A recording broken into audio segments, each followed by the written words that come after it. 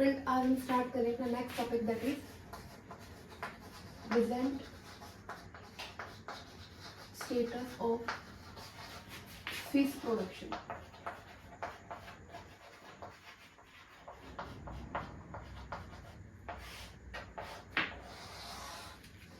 जो total fish production है उसका स्टेटस क्या है कि कितना अमाउंट कहाँ से हमें जो है वो वहाँ से मिल रहा है। ठीक है, तो टोटल जो ग्लोबल फिश प्रोडक्शन है, ग्लोबल फिश प्रोडक्शन वो टोटल है आपका 80 मिलियन टन। ठीक है, इस 80 मिलियन टन को भी हमने डिवाइड किया है कि वो हमें कहाँ से मिल रहा है। दैट इज इसमें भी आपको मिल रहा है कि जो आपका कल्चर फिशरी है और कैप्चर फिशरी से आपको मिल रहा है, एक मिल रहा है आपको कल्चर फिशरी से।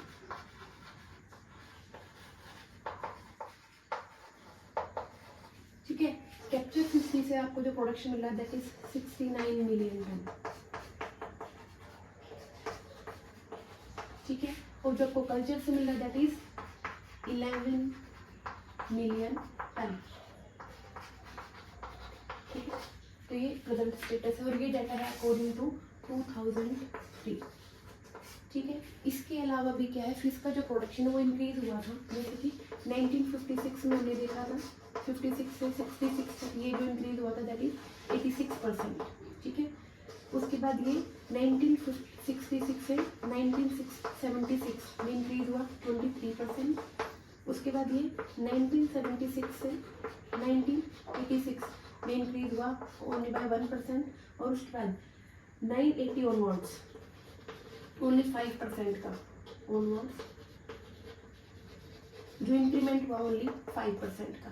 उसके बाद जो फिशरी है वो उसमें उसका कॉस्ट इंक्रीज होने शुरू हो गया। क्यों इंक्रीज होना शुरू हुआ? क्योंकि उस टाइम पे क्या हो रहा था कि जो फ्यूल था उसकी वैल्यू इंक्रीज हो गई थी, फ्यूल वैल्यू इंक्रीज। ठीक है, दूसरा पॉइंट ऐड कर सकते हैं कि जो फिशरमैन थे, जो एम्प्लॉयज थे, उनकी सैलरी बढ़ गई थी, एम्प्लॉयज सैलरी। ठीक है, तो ये बहुत सारी चीज़ें थी जिसकी वजह से जो फिशरी थी उस टाइम पे उसका प्रोडक्शन जो था, प्रोडक्शन के साथ साथ उसकी जो वैल्यूज थी वो भी इंक्रीज हो गई थी। ठीक है, उसके अलावा यहाँ पे टोटल आपके 14 मिलियन फिशरमैन, 14 मिलियन फिशरमैन जो कि एंगेज होते हैं, एंगेज थे for the fishing activities, 14 million tonne. तो ये डाटा था 2003 के अकॉर्डिंग। उसके बाद क्या हुआ कि जो फिशिंग थी उसके लिए लोगों के अंदर क्या हुआ कि कुछ कन्फ्लिक्ट आने शुरू हो गए। कन्फ्लिक्ट इस तरीके के थे कि जो फिश प्रोडक्शन हो रहा था वहाँ पे एक रूल आया that is EEZ concept, conflicts के रिगार्डिंग, जिसको क्या बोलते हैं, एक्सक्लूसिव इकोनॉमिक जोन। ये क्या था कि जो एरियाज होते हैं, जो फिशिंग एरियाज होते हैं जिसको हम कोस्ट लाइन बोलते हैं, वहाँ पे लिमिट जो थी वो हर एक कंट्री के लिए एक लिमिटेड एरिया था कि आप पूरे एरिया को एक्सप्लॉइट नहीं कर सकते, पूरे एरिया को यूज नहीं कर सकते, किसके लिए, फिशिंग एक्टिविटीज के लिए। ठीक है, तो EEZ कंसेप्ट के अकॉर्डिंग जो 1950s था उसमें क्या था, जो लिमिट थी कि आप कोस्ट लाइन से कितने दूर, मान लो कि ये आपका पूरा सी है, सी से यानी कि ये आपकी कोस्ट लाइन है हर एक कंट्री की, तो आपको ये मान लो कि 6 से मान ले ये आपका है 6 to 12 माइल्स। तो ये 1950s में आपके पास ओनली इतना ही एरिया लिमिटेड था कि 6 से और 12 मील तक आप यूज कर सकते हो। दूसरा 6 से ये एक कंट्री का एरिया हो गया, ये दूसरी कंट्री का एरिया, ये तीसरी कंट्री का एरिया हो गया। तो आपके लिए लिमिट क्या थी, आप 6 to 12 माइल्स इस एरिया के अंदर फिशिंग कर सकते हो। ठीक है, वो EEZ कंसेप्ट के अकॉर्डिंग एक रूल था। ठीक है, तो 1950s में वो कितना था, 6 to 12 माइल्स। ठीक है, इसको अगर मैं किलोमीटर में करूँ तो ये आपका अराउंड 22 किलोमीटर के अराउंड आएगा। ठीक है, इतने एरिया को आप यूज कर सकते हैं फिशिंग के लिए। ठीक है, ये लीगल एरिया था। 1970 के अंदर ये जो लिमिट थी इस लिमिट को इंक्रीज कर दिया गया और ये लिमिट कितनी हो गई आपकी, 200 न्यूटिकल माइल। न्यूटिकल माइल्स क्या होती है, वाटर के अंदर मेजरमेंट की जो यूनिट्स होती है, 200 न्यूटिकल माइल्स। ठीक है, ये अराउंड होता है आपका 370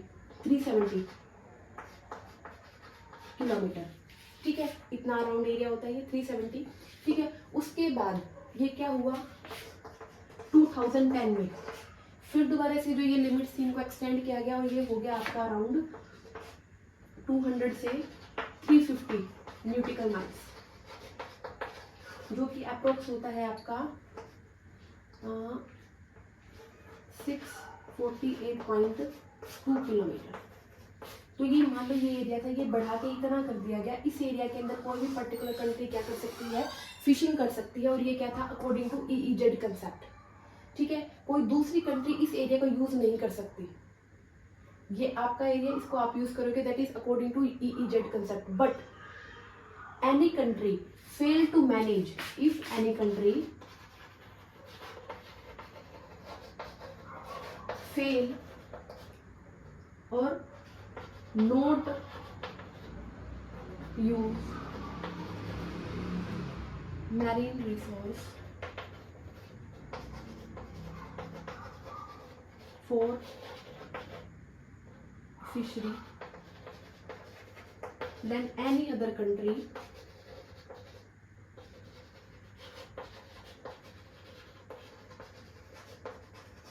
can legally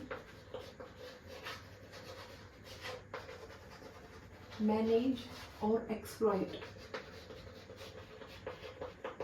that coastal area।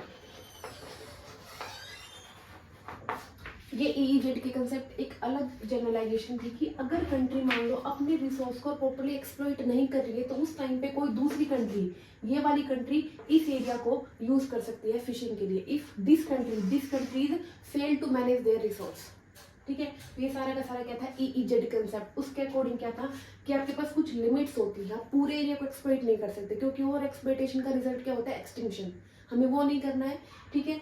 तो उसके अकॉर्डिंग क्या था कि कंट्रीज के अंदर क्या क्या डिस्प्यूट्स थे कि आपने मेरा पानी यूज कर लिया, मेरे एरिया में फिशिंग कर लिया, तो इसके लिए क्या हुआ, बहुत सारी कंट्रीज ने मिलकर क्या बनाया, एक लॉ बनाया EEZ कंसेप्ट, ठीक है। EEZ कंसेप्ट के अकॉर्डिंग सभी को अपनी अपनी लिमिट्स बताई गई कि इतने एरिया के अंदर आप फिशिंग कर सकते हो, EEZ कंसेप्ट के अकॉर्डिंग था।